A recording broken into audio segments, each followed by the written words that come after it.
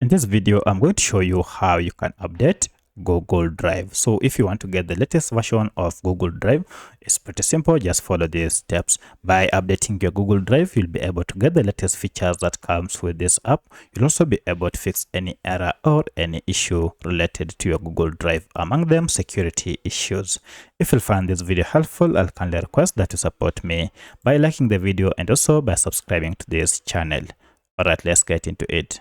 Now, to update Google Drive, you need to go ahead and look for the app through Google Play Store or App Store if you are on iPhone. So for my case, I'm on Play Store. I'll go ahead and tap on it. And then using the search bar here, go ahead and just search for Drive. And then I'll tap on search here, and you can see we have Google Drive here. And we have an update, which means I've been using an updated version of Google Drive.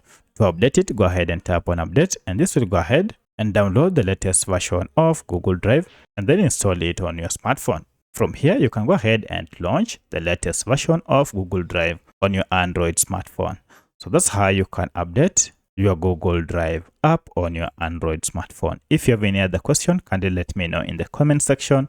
Otherwise, thanks for watching, and let's meet in the next video.